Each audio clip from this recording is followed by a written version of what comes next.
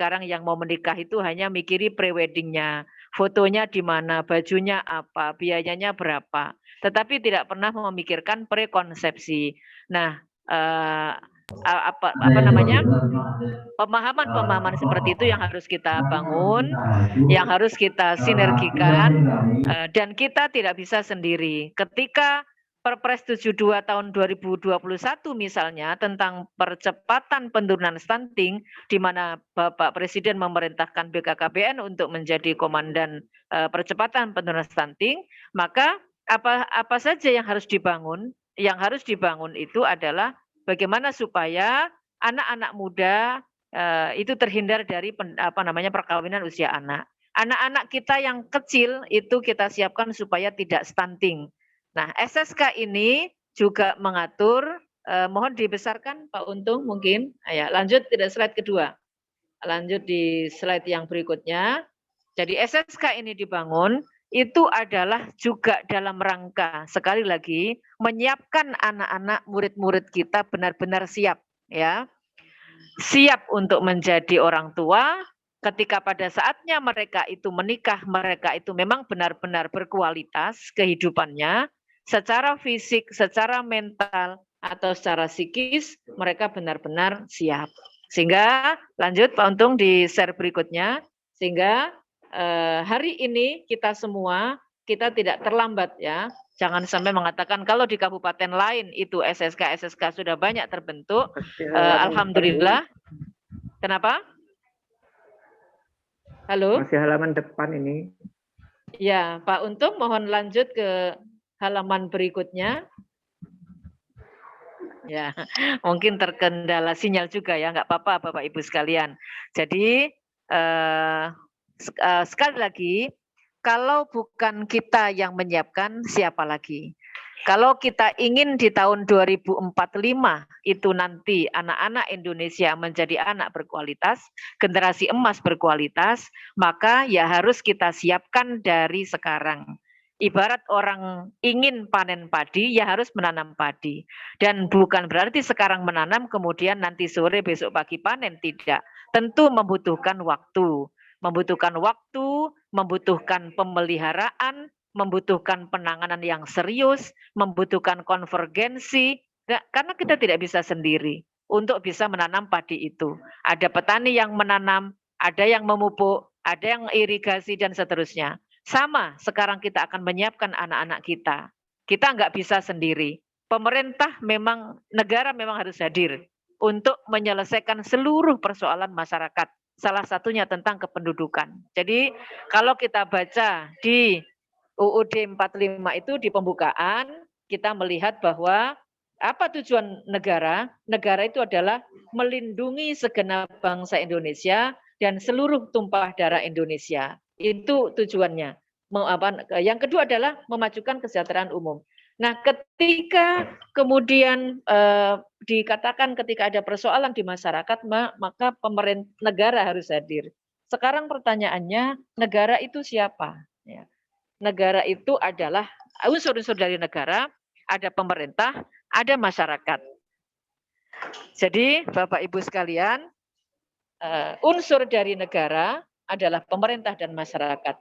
Kalau masyarakat bertanya bahwa negara harus hadir, siapakah negara? Negara itu adalah pemerintah bersama rakyat. Maka dari itu tidak mungkin pemerintah bisa sendiri menyelesaikan seluruh persoalan-persoalan yang ada di masyarakat, termasuk persoalan kependudukan. Maka dari itu SSK ini didirikan untuk supaya kita menyiapkan, sekali lagi menyiapkan generasi Indonesia berkualitas, menyiapkan anak-anak kita menjadi anak-anak yang berkualitas. Sehingga penting pendidikan kependudukan itu diajarkan sejak dini di sekolah. Bagaimana makanya berencana itu keren. Keluarga itu harus direncanakan. Jadi kalau selama ini orang mengatakan ya sudahlah apa katanya Tuhan. Nanti mau punya anak berapa, nanti punya rezeki berapa, nanti punya jodoh mana, itu iya memang.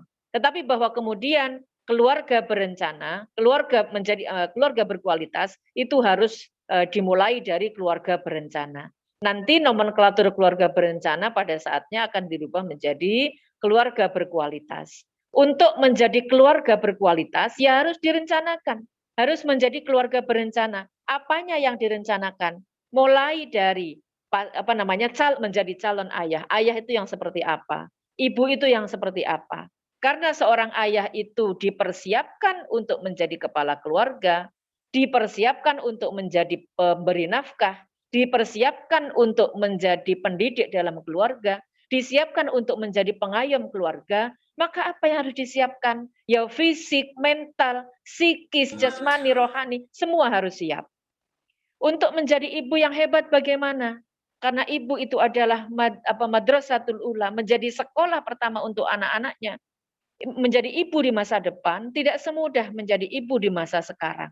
Saya sampaikan kepada anak-anak muda ketika saya mengisi kepada mereka. Tantangan menjadi ibu di masa kamu nanti, Nak, tidak semudah tantangan ibu saat ini. Ya, jadi karena memang budaya-budaya globalisasi teknologi sedemikian hebat. Maka dari itu pendidikan kependudukan itu harus kita berikan kepada anak-anak. Apa itu? Upaya terencana dan sistematis. Ini kata kuncinya, ya. Jadi terencana, sistematis untuk apa? Membantu masyarakat memiliki pengetahuan, pemahaman, kesadaran mengenai kondisi kependudukan serta kaitan timbal balik antara perkembangan kependudukan. Jadi intinya keluarga kita tuh harus direncanakan. Nanti itu mau seperti apa model pendidikannya, nanti itu mau punya anak berapa, nanti itu mau mencari usaha seperti apa, itu intinya adalah direncanakan. Lanjut, jadi apa itu pendidikan kependudukan? Upaya sistematis ya, terukur dan yang terencana. Ini dasarnya, lanjut aja Pak Untung. Lanjut, tujuan. Ini tujuannya. Jadi yang pertama meningkatkan pengetahuan, lanjut aja. Jadi tadi pengetahuan dan juga sikap. Jadi setiap pendidikan Bapak Ibu dari sekolah itu lebih memahami. Sesungguhnya tujuan pendidikan itu apa sih? Yang pertama memberikan pengetahuan dan yang kedua adalah merubah sikap. Pinter saja tetapi enggak benar itu juga salah ya. Jadi benar saja etikanya bagus tetapi ilmunya enggak ada ya dia mudah diplokoto. Jadi dua hal itu. Jadi ilmu dan juga amal ya. Ilmu itu adalah knowledge-nya, ilmu itu adalah ilmu pengetahuannya, amalnya itu adalah prakteknya, adalah etikanya, adalah pengamalannya, best practice-nya. Ya, jadi konsep ilmu dan amal itu menjadi satu kesatuan dalam proses pendidikan. Nah, sasarannya siapa? Itu ada formal, non formal, ada jalur informal. Jadi seperti Bapak Ibu yang hadir di sini, ini adalah jalur pendidikan formal. Jadi SD, SMP, SMA, perguruan tinggi, kemudian non formalnya adalah melalui pramuka. Jadi Saka Kencana, Kerida Kependudukan, kemudian jalur informalnya apa? Yaitu melalui pendidikan keluarga lingkungan. Lanjut. Itu lanjut di kemudian langsung sekarang teknis saya kira mulai kemarin dari hari pertama itu sudah dibicarakan terkait dengan teknisnya. Jadi SSK itu sekolah yang mengintegrasikan pendidikan kependudukan di dalam materi-materi pembelajarannya. Ini tujuannya.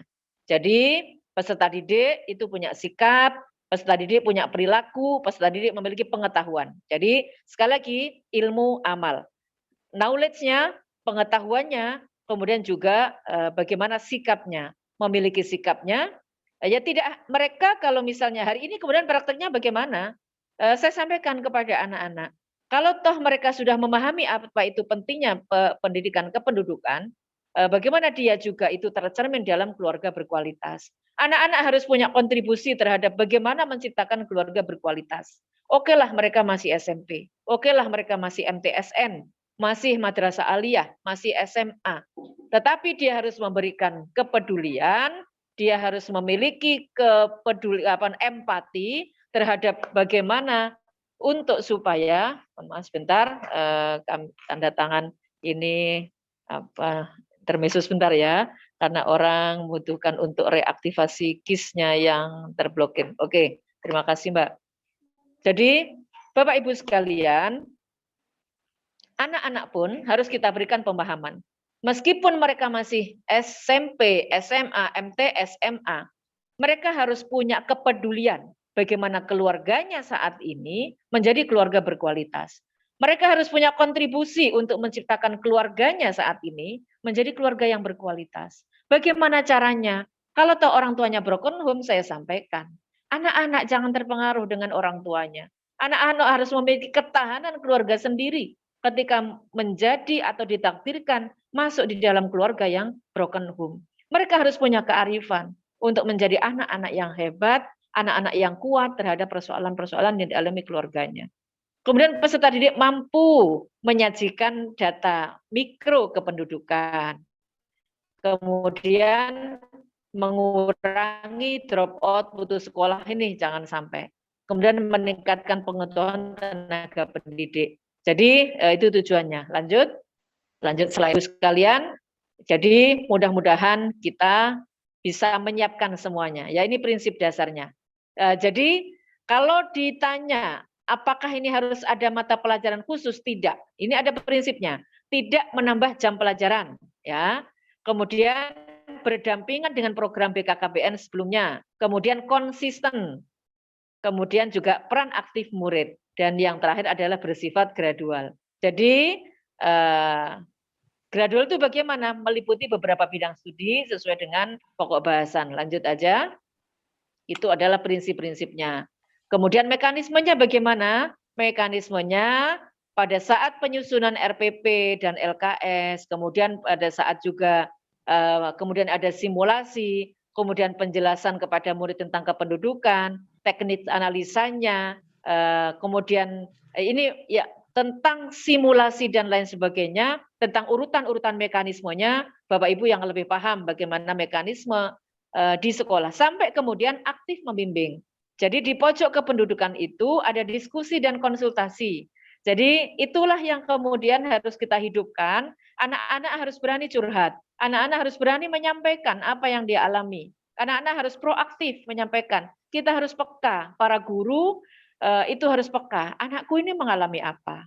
Kalau para guru ada di dalam kelas dan melihat hal aneh sekecil apapun, itu harus kita curigai. Bukan curigai ya, itu harus kita waspadai. Ada apa dengan muridku ini? Ya, kalau sekarang mungkin loyo itu mungkin karena puasa. Tetapi kalau sudah mata merah, bukan karena mengantuk, atau hal-hal dia murung, itulah yang harus kita diskusikan. Nah, di pojok kependudukan, itu harus kita siapkan untuk ruang-ruang tersebut. Ya, sekarang itu ada konsep namanya power to youth, ya kekuatan anak-anak muda. Ya, lanjut aja Pak Untung, lanjut di slide berikutnya. Jadi ini mekanisme operasionalnya, melakukan penggalian informasi kepada masyarakat sekitar, melakukan analisa, kemudian juga menyajikan hasil penggalian datanya dan aktif mengikuti kegiatan pojok kependudukan. Lanjut. Kemudian juga apa saja perlengkapannya di SSK, tadi di review sudah dijelaskan ya, saya kira tidak perlu saya ulang ya. Jadi ada SK tentang SSK dan seterusnya. Kemudian juga kelengkapannya ada pojok kependudukan, ada integrasi materi sudah dijelaskan tadi. Lanjut. Ya. Nah, ini adalah pengukuran indikatornya. Jadi bagaimana kita mengukur bahwa SSK kita berhasil, itu inputnya. Jadi identifikasi sekolah dengan representatif baik, ada ketersediaan dukungan operasional. Dukungan operasional anggaran itu tidak harus berbunyi anggaran SSK, tidak. Tetapi anggaran-anggaran yang sudah ada saat ini itu sesungguhnya itu sudah mendukung operasional kegiatan SSK. Ketika ada anggaran untuk pembuatan RPP, ketika ada anggaran untuk membuat kegiatan ekstrakurikuler, itu sesungguhnya adalah anggaran yang disediakan juga untuk mendukung SSK. Jadi tidak perlu membuat menu baru ini untuk SSK. Kalaupun ada silakan. Kemudian di prosesnya, penyampaian materinya itu sudah sesuai dengan RPP. Saya kira ini substansi yang memang sudah dikerjakan oleh Bapak Ibu semua, cuma materi muatannya saja nanti yang ditambahkan dengan materi kependudukan. Kemudian juga terlaksananya kegiatan kesiswaan dengan konten kependudukan. Kegiatan OSIS-nya, OSIM-nya, kemudian kegiatan pramukanya, itu diintegrasikan dengan materi kependudukan. Dan tersedianya pojok kependudukan. Saya tertarik sekali ketika datang ke SMPN Pujer. Jadi ketika ada keterbatasan lahan, ternyata itu disiapkan di depan toilet. Ya, justru pojok kependudukan itu ditaruh di depan toilet. Kemudian ketika kami tanya mengapa di depan toilet, karena toilet itu adalah ruang yang sering dikunjungi oleh anak-anak. Jadi kalau mereka ditaruh di perpustakaan justru mungkin ketertarikannya kecil. Tetapi kalau di toilet sambil menunggu di toilet itu sambil juga antri untuk membaca di pojok kependudukan. Oh ya, baik. Bapak lanjut di slide berikutnya. Nah, kemudian pengelolaan SSK-nya, bagaimana peran masing-masing itu nanti saya kira bisa dibaca sendiri. Jadi itu klasifikasi sekolahnya, kemudian pelaksana kegiatannya siapa? Jadi ada kepala sekolah, ada guru, dan ada siswa. Jadi siswa tidak hanya menjadi objek saja, tetapi siswa ini juga menjadi subjek dalam pelaksanaan SSK. Kecilkan Pak Saman. Jadi SSK anak selama ini seringkali kita menjadikan siswa itu hanya menjadi objek pembelajaran. Tetapi kalau menggunakan model pendidikan saat ini, model pendidikan partisipatori namanya, konsep pendidikan partisipatori itu melibatkan siapapun itu tidak hanya menjadi objek, tetapi juga menjadi subjek dalam pembelajaran. Nah, dalam SSK ini, siswa itu tidak hanya menjadi objek, siswa tidak hanya mengikuti saja kegiatan atau program SSK, tetapi siswa juga diajak. Enaknya pojok kependudukan ini modelnya gimana nih anak-anak? Enaknya kegiatan kita yang lebih senang anak-anak itu apa? Karena kita seringkali GR ya Bapak Ibu, kita seringkali GR merasa lebih tahu apa yang disenangi oleh anak-anak. Kita merasa lebih ngerti terhadap apa yang dibutuhkan oleh anak-anak. Tetapi cobalah, mari kita libatkan anak-anak. Gimana? Ayo kegiatan Saka Kencana itu akan dimodel seperti apa? Ayo kegiatan pembelajarannya itu dimodel bagaimana? Anak-anak lebih senang dengan pola yang disukai oleh anak-anak. Ya, lanjut. Jadi, nah ini integrasinya saya kira tidak perlu secara teknis, ini teknis ya, tidak perlu saya jelaskan lebih detail. Ini adalah contohnya. Contoh kita lihat satu aja. Kita lihat contoh integrasi pada mata pelajaran. Nah, ini tema kesehatan reproduksi. Pada tema kesehatan reproduksi ini ada di mata pelajaran biologi. Ketika kita ngajarkan tentang biologi, itu di sana kita keterlibatan reproduksi dengan program KB. Itu bisa kita sisipkan. Sistem reproduksi manusia itu diajarkan di biologi. Mulai dari darah, mulai dari kemudian dan seterusnya itu ada mekanisme yang memang sudah secara bisnis protokolnya sudah dijelaskan di dalam materi-materi biologi. Nah, itulah kemudian yang kita perlu jelaskan bahwa peningkatan kualitas ASI dimasukkan. Jenis alat kontrasepsi, ya memang perlu anak-anak juga harus tahu sekarang, anak-anak SMA. Jenis penyakit menular, resiko 4T terlalu muda, terlalu tua, terlalu banyak, terlalu rapat, itu juga disampaikan ya. Lanjut. Ini contoh-contoh aja ya, contoh-contoh untuk integrasi pada tema pembangunan keluarga. Lanjut aja. Jadi ini integrasi di kegiatan ekstra, memasukkan tema kependudukan. Saya kira ini sebenarnya sudah dilaksanakan oleh Bapak Ibu semua. Dan nanti kita akan mudah-mudahan bonus demografi itu akan kita dapatkan ya, akan kita dapatkan karena sekali lagi hari ini anak-anak kita yang usianya 12 sampai dengan 18 tahun itu jumlahnya adalah cakupan prosentasenya itu paling besar. Nah, kita mudah-mudahan di tahun 2045 nanti bonus demografi itu akan kita dapatkan sehingga nanti tahun 2045 itu anak-anak yang usia produktif itu luar biasa jumlahnya. Kalau sekarang itu jumlah penduduk yang paling banyak itu ada di posisi, kisaran 50 sampai 70 tahun. Artinya seiring dengan angka rata-rata lama hidup itu lebih panjang, sehingga sekarang banyak lansia yang masih bertahan ya, yang masih hidup. Ya memang, usia itu urusan Tuhan. Tetapi ketika, kehidupan itu direncanakan, kita melihat hari ini banyak orang yang sudah pensiun masih sehat, usia 65 tahun masih sangat sehat, usia 70 tahun masih sangat sehat. Bahkan saya pernah mendengar bapak-bapak itu usia 60 tahun itu adalah, kehidupan kedua. Jadi baru memulai ya. Jadi dan itu adalah, apa itu, pojok BPKAD Pak Staman, iya. Jadi, ini adalah tujuan pokok kependudukan ya. Baik Bapak Ibu sekalian, tujuan pokok, kependudukan itu meningkatkan literasinya. Jadi ini mendukung kegiatan, apa namanya, gerakan literasi sekolah. Jadi selama ini kalau materi-materi yang dibaca itu adalah materi-materi yang lain, itu ditambahkan dengan literasi bangga kencana.